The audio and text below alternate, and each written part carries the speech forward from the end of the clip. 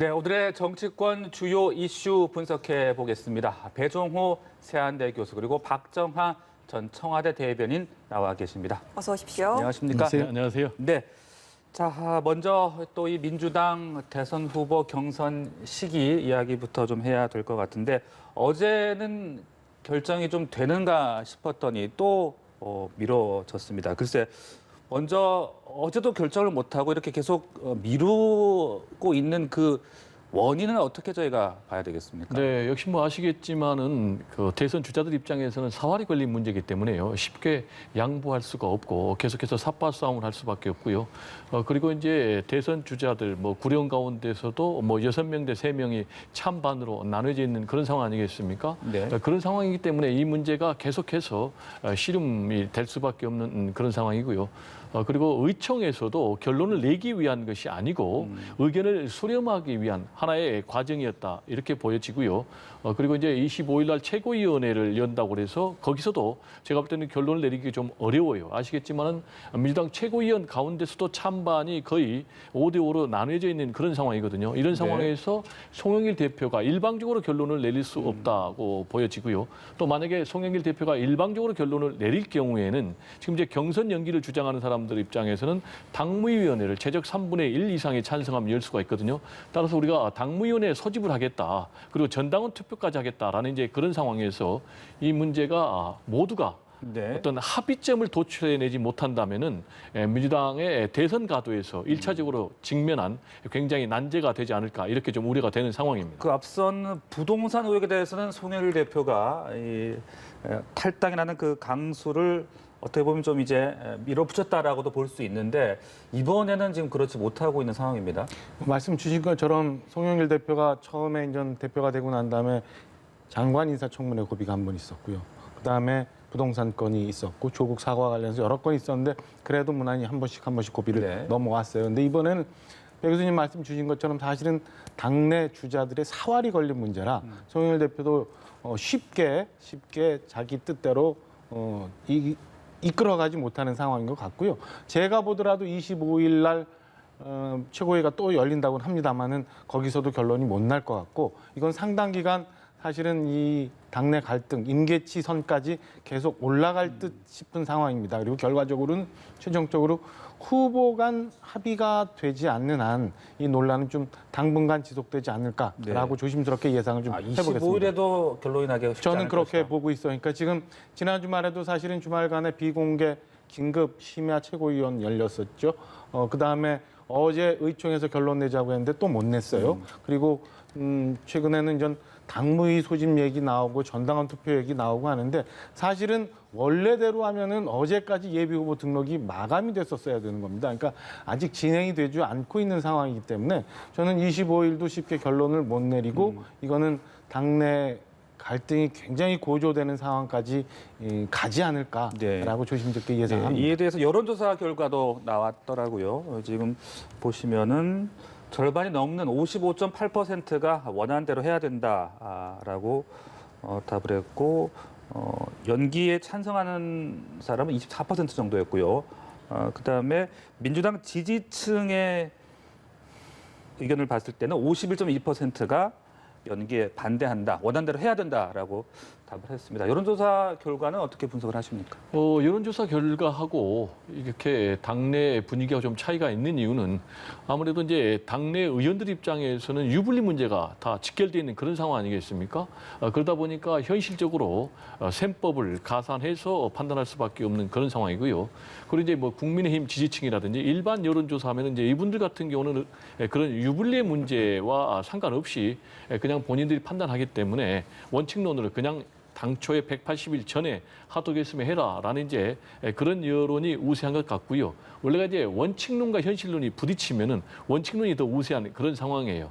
그러면 이제 이런 여론조사 결과는 송영길 대표는 당초 예정대로 밀고 나가겠다라는 그런 입장이니까 굉장히 본인에게 유리한 그런 데이터이면은 틀림이 없어요. 그렇지만은 이것만 가지고 송영길 대표가 밀어붙일 경우에는 아까 말씀드린 대로 당내가 엄청난 분란에 봉착할 수밖에 없기 때문에 송영길 대표가 정치력, 리더십을 잘 발휘해서 이 문제를 해결할 수밖에 없어요. 그런데 이 문제를 해결할 수 있는 선택지는 크게 세 가지밖에 없어요. 첫 번째로는 계속해서 서로 싸우든지 아니면 송영길 대표가 일각에서 어느 정도 한 뭐 보름 정도 좀 늦춘다라는 그런 얘기도 있어요. 왜냐하면 이미 일정이 좀 늦어지고 있기 때문에.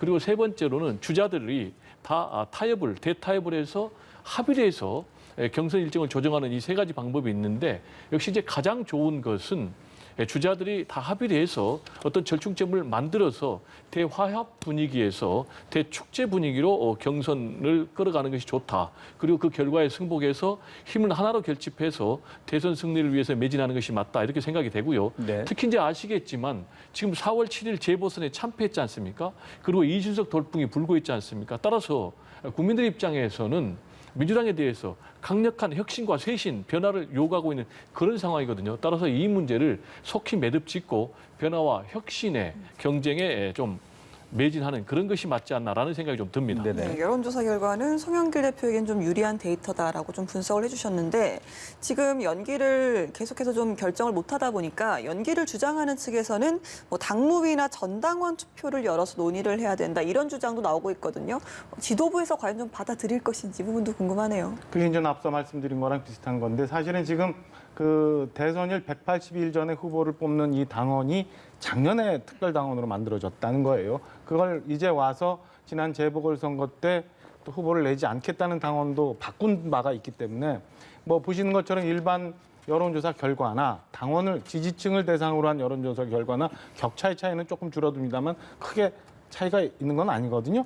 이런 원칙적인 상황을 밀고 나가야 된다는 게 이 원칙을 무너뜨린다는 게 쉽지가 않을 텐데 제가 볼 때는 지금 뭐 당무위를 소집해서 이걸 결과를 뒤집거나 아니면은 전체 당원 투표를 통해서 뽑거나 하는 시도는 계속 있을 거라고 저는 보여집니다. 근데 그게 주자 간에 그리고 지도부 내에서 합의가 되지는 쉽지 않을 것 같고요. 결국에는 제가 볼 때는 지금 뭐 다소 격차를 보이고 앞서가고 있는 이재명 지사 측에서 어떻게 결단하느냐의 문제라고 좀 봅니다. 그러니까 지금의 당원 당규처럼 9월 초에 후보를 뽑아서 일찍 조기에 후보가 돼서 내 색깔을 드러내는 방안을 택할 건가?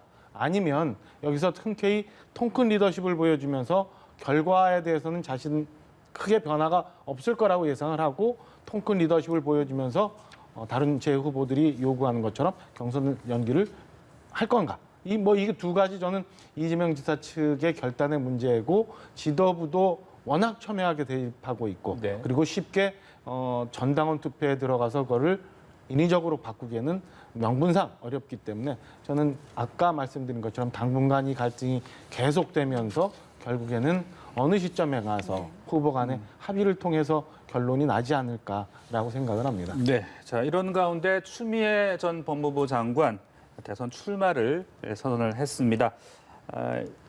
추윤 갈등이 또 다시 소환되는 게 아니냐는 분석들도 있고 어떻습니까? 추 전 장관의 출사표가 민주당 경선에 어떤 변수가 될 수 있을까요?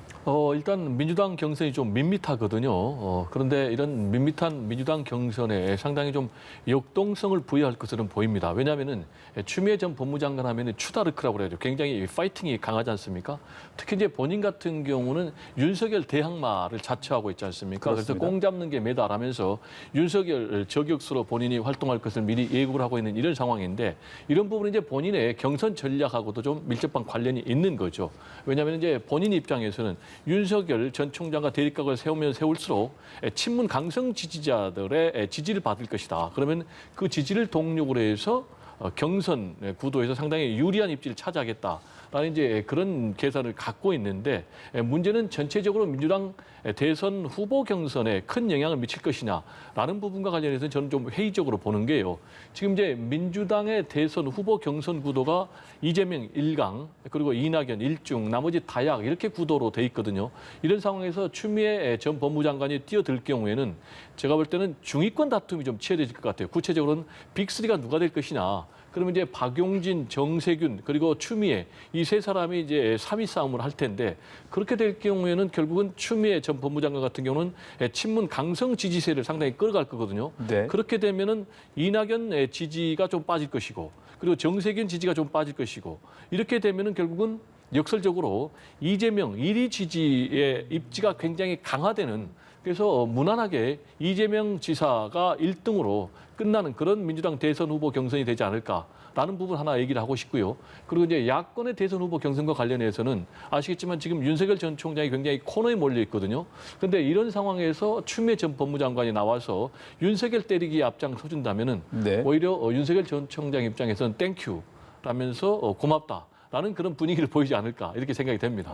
추미애 전 장관이 좀 활약을 하게 되면 오히려 이재명 지사의 입지가 좀 강해질 수도 있다. 동의를 좀 하시나요? 동의합니다. 네. 그러니까 이제 두 가지로 나눠볼 수 있는데요. 말씀 주신 것처럼 추미애 장관이 전 대선 후보군에 들어가서 지지율 조사를 하면서 바로 5% 이상, 6%, 7%까지 또 가는 조사가 나오거든요. 이거는 사실은 강성 지지층 혹은 뭐 친조국 지지층들이라고 해석할 수 있는데 이는 이재명 지사와는 지층이 결이 조금 다른 것 같아요. 네. 그럼 결국에는 이재명 지사의 지지가 빠지기보다는 아까 말씀 주신 것처럼 이낙연, 정세균 그리고 기타 후보들 간에 그 내부에서의 이제 지지층이 왔다 갔다 하는 거라서 큰 영향을 미치지 않을 거다. 두 번째는 그 여야 전체적으로 보면은 뭐 야권 일각에서는 추나땡이라는 얘기도 나옵니다. 뭐 이런 거 보면은 지금 4월 보궐선거 이후에 사실은 중도층 공략이 필요한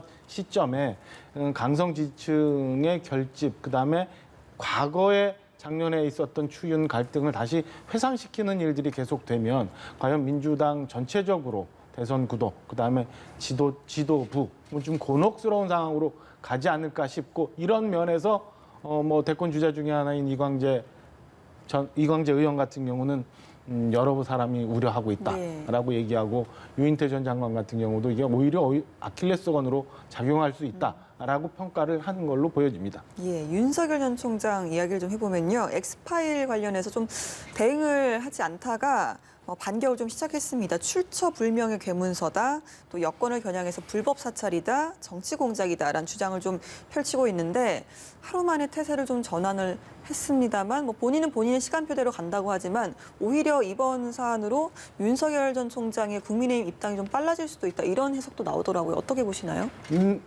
윤석열 전 총장 측에서는 내 시간표대로 간다는 얘기를 하고는 있습니다만은 저는 지금 말씀 주신 것처럼 그 시간표가 좀 변동이 있어야 되지 않을까라는 생각이 들어요. 그러니까 지금 엑스파일이 나오기 전에 이동훈 전 대변인 건도 있었고 내부가 정리되지 못한 모습들이 좀 있으면서 여러 가지 혼선상을 보였거든요. 이에 약간의 지지율도 뭐 출렁이는 경우도 보였고 그다음에 기타 다른 후보들의 대항마 뭐 이런 대안 찾기 노력들도 좀 보이고 있어요. 그래서 저는 이번에 대응하지 않는다 해서 이틀 만에 적극 대응 기조로 바뀐 거에 대해서는 내부적으로 잘 정리를 했다라고 평가를 좀 하고 싶습니다. 그래서 어쨌든 넘어가야 될 고비였기 때문에 이 엑스파일과 관련한 의혹에 대해서는 저는 윤석열 총장 측에서 적극 대응하고 이에 따라서 향후 잡았던 일정도 조금 변동을 좀 주는 게 이게 결국에는 백신이 될 건지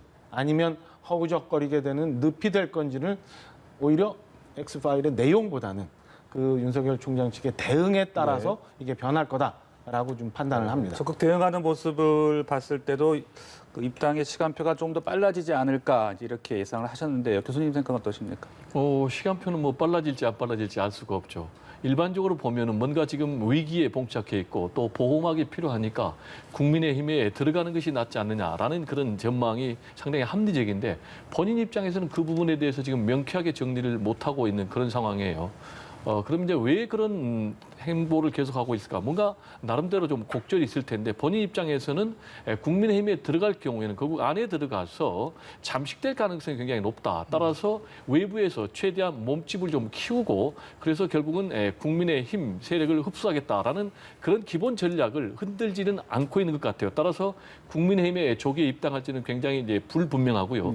또 최근에 이제 엑스파일 문제가 터지면서 오히려 들어가기가 더 어려워진 것 아니냐. 그게 무슨 얘기냐면 당장 지금 홍준표 의원 같은 경우도 굉장히 공세 고삐를 쥐고 있지 않습니까? 빨리 공개해라, 해명해라 라고 요구를 하고 있는데 만약에 본인이 국민의힘에 들어갈 경우에는 내부 경선 주자들로부터 엄청난 검증 공세에 시달릴 거예요. 따라서 제가 볼 때는 종합적으로 본인이 들어갈지 안 들어갈지는 판단하겠지만 그렇게 만만한 상황이 아니다. 다만 최근에 윤석열 전 총장이 엑스파일 문제에 대해서 대응하는 태도를 보면은 굉장히 좀 미진해 보인다. 첫 번째는 오락가락입니다. 그게 무슨 얘기냐면 하루 전만 해도 무대응하겠다라고 했는데 그 다음에는 다시 정면 대응으로 태도를 바꿨거든요. 그렇습니다. 이런 부분을 보면은 좀 일반 국민 입장에서는 뭔가 좀 준비가 안 됐거나 좀 허둥거리는 부분이 있는 거 아닌가라는 이제 그런 염려의 시선을 좀 거두기가 어려운 상황이고요. 그리고 두 번째로는 갑자기 정반대로 이게 불법 정치 공작이다, 불법 사찰이다라고 주장을 하는데 전혀 근거가 없어요. 그게 무슨 얘기냐면 지금 장성철 소장이 이렇게 폭로를 하고 있지만은 그 문건을 공개를 안 했거든요. 근데 그 문건 내용을 알지도 못한 상황에서 윤석열 전 총장은 이거는 불법 사찰이고 정치 공작이다라고 주장을 하고 있거든요.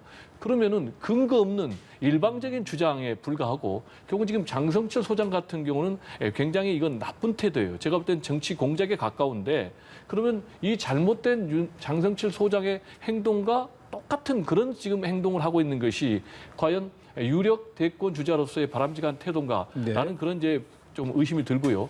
그리고 이제 마지막으로 좀 강조하고 싶은 것은 지금 이런 상황에서 윤석열 전 총장이 해야 될 행보는 뭔가 첫 번째로 장성철 소장에 대해서 문건 공개를 정확하게 요구를 해야 됩니다. 근거도 없이 이 여권을 향해서 정치 사찰이다, 정치 공작이다 주장할 게 아니고 문건이 있다고 주장한 사람을 향해서 문건 공개를 요구하고 두 번째로는 만약에 그 문건 내용 중에 사실과 다른 부분이 있으면은 법적으로 책임을 물어야 되고 또는 혹시 본인이 해명을 해야 되거나 또는 사과를 해야 되거나 인정할 부분이 있으면 깨끗하게 해명하거나 또는 인정하거나 사과하는 그런 것이 바람직한 태도가 아닌가 생각이 좀 듭니다. 윤석열 전 총장이 지금 대응하는 모습이 그리 적절해 보이지는 않는다 이제 그런 말씀이셨는데 대변인께서는 어떻게 생각하십니까?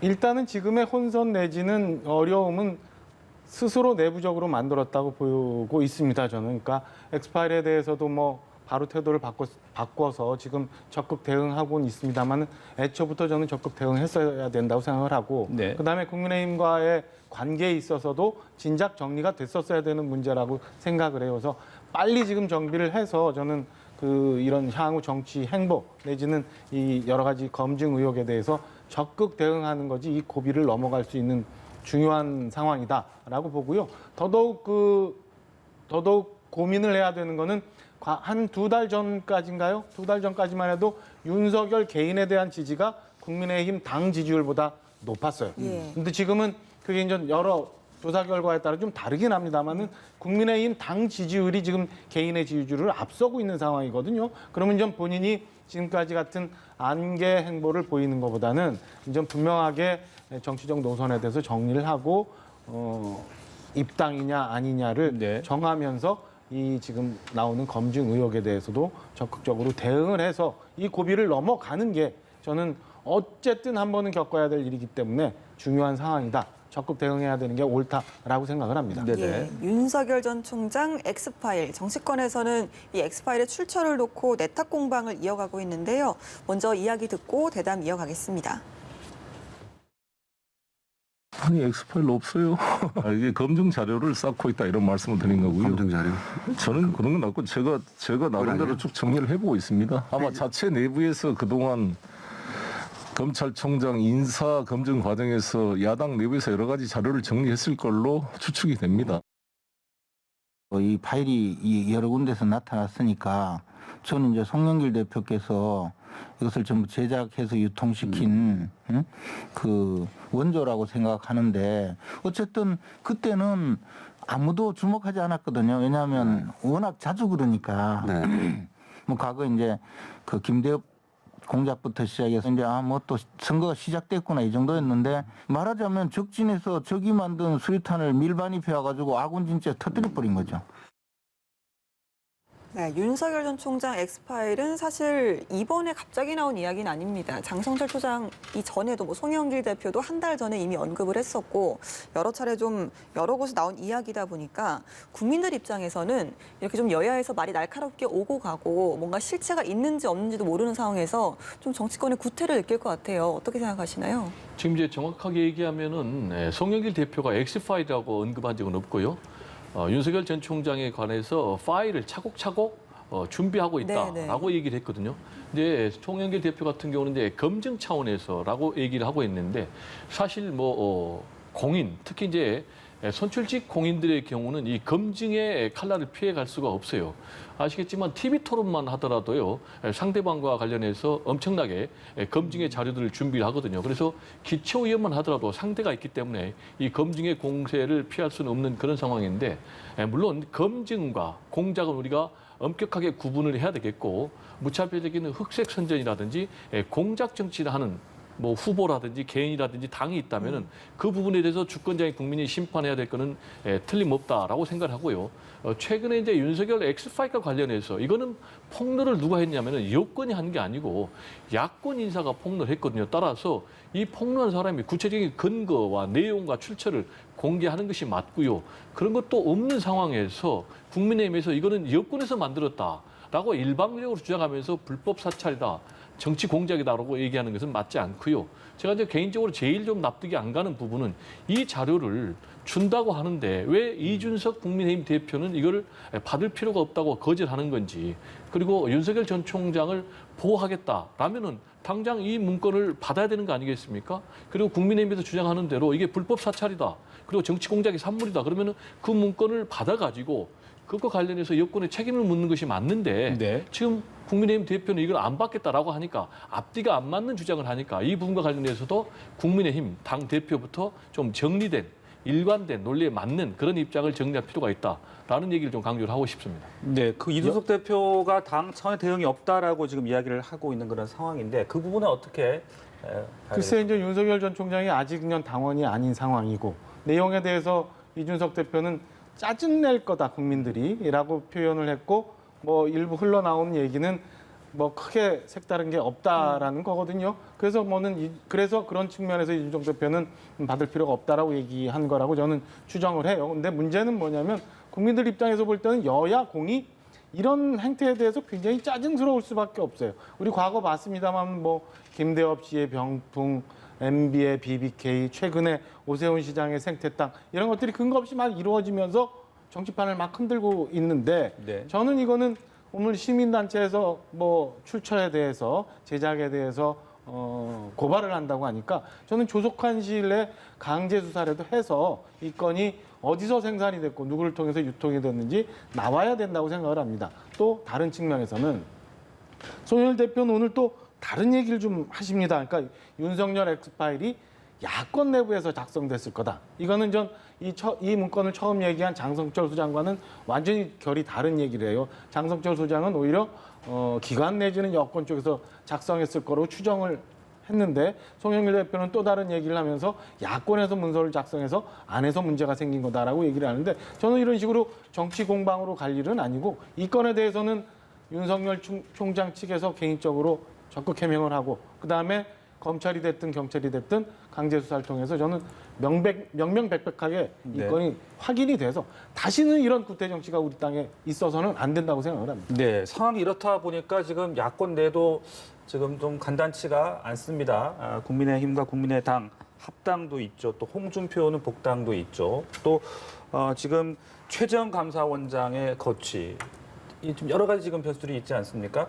어떤 양상으로 펼쳐질 걸로 보십니까? 일단은 홍준표 의원은 뭐 무난히 복당을 해서 당내 잠룡으로 활동을 하실 거라고 보여집니다. 여기에 이제 최재형 감사원장도 서로 다른 얘기들이 이제 나오고 있어요. 뭐 부친께서는 적극 만류를 한다는 보도도 있는가 하면 공간 내에서 짐을 정리했다라는 보도도 있고 해서 본인이 직접 아직 언급은 하지는 않았습니다만은 아마 정치권에 합류하는 걸로 예상을 많이 하는데 저는 야권 입장에서는 후보군들이 이렇게 많이 풍성해지는 거는 결코 나쁘지 않은 상황이라고 보여지고요. 지금 뭐 여러 후보들이 나와서 서로 간에 장기를 보이면서 국민들로부터 선택받는 상황은 나쁘지 않다라고 네. 보여지고 이런 측면에서 지금 국민들이 바라는 거는 이제는 정권 교체를 좀 해줬으면 하는 바람이거든요. 여기에 그렇다면 본인이 공헌을 했기 때문에 안철수 대표도 국민의힘과 국민의당의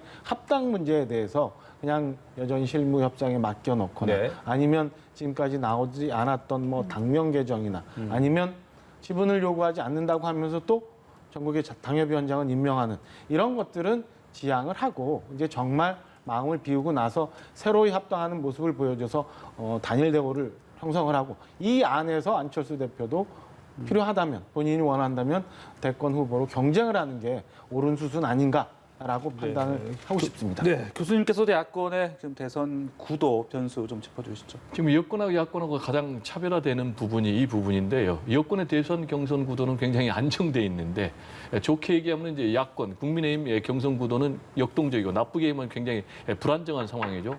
특히 이제 아시겠지만은 윤석열 전 총장의 입지가 지금 최근 굉장히 불안정해지는 그런 상황으로 가고 있어요. 엑스파일 문제, 뭐 대변인 열흘 만에 사퇴하는 문제, 뭐 간보기 정치 문제 등등 이렇게 터지면서 상당히 위기를 맞고 있는데 더 큰 위기는 역시 이제 대안론이 부상하는 것 같아요. 이른바 플랜 B가 부상을 하고 있는데 그 중심에는 최재형 현 감사원장이 있는 것 같아요. 네네. 최재형 감사원장 같은 경우는 윤석열 전 총장과 비교하면은 상당히 비교 우위에 있는 부분이 좀 있어요. 그게 무슨 얘기냐면 첫째로 최재형 감사원장 같은 경우는 뭐 윤석열 전 총장처럼 뭐 아내 문제라든지 또는 장모 문제라든지 이런 구설이 좀 없고요. 오히려 이제 개인의 여러 가지 미담들이 있고요. 그리고 최재형 감사원장은 뭐 적폐 수사에 앞장서 가지고 보수를 개멸한 그런 뭐 여러 가지 이제 은원 관계가 없는데 지금 윤석열 전 총장 같은 경우는 아무래도 정체성 부분에 대해서 보수를 개멸한 그런 부분 때문에 보수 입장에서는 뭔가 대안이 생긴다면은 말을 바꿔탈 가능성이 있기 때문에 윤석열 전 총장이 상당히 위기를 맞고 있는 그런 상황인데 결국 이제 여기다가 지금 홍준표 의원 같은 경우 복당을 하게 되면은요, 본인은 윤석열 전 총장의 저격수 역할을 할 거거든요. 그래서 계속해서 지금도 공격을 하고 있는데 보다 더 공세의 고삐를 더 줄 텐데 그러면은 윤석열 전 총장의 국민의힘 복당이 상당히 좀 어려워지는 것 아닌가. 그리고 이제 윤석열 전 총장의 국민의힘 입당이죠. 입당이 만약에 어려워진다면은 본인이 결국은 제3지대에서 독자적인 깃발로 본인이 대권을 도전해야 되는 그런 상황이어서 지금까지 쭉 진행된 양상을 보면은 윤석열 전 총장은 상당히 순탄하기보다는 험난한 여러 가지 도전에 직면할 가능성이 높지 않나 이렇게 좀 전망을 합니다. 네, 두 분 말씀 여기까지 듣겠습니다. 이 시간 배종호 세한대 교수, 박정하 전 청와대 대변인과 함께 정치권 이슈들 짚어봤습니다. 고맙습니다. 고맙습니다. 네, 감사합니다.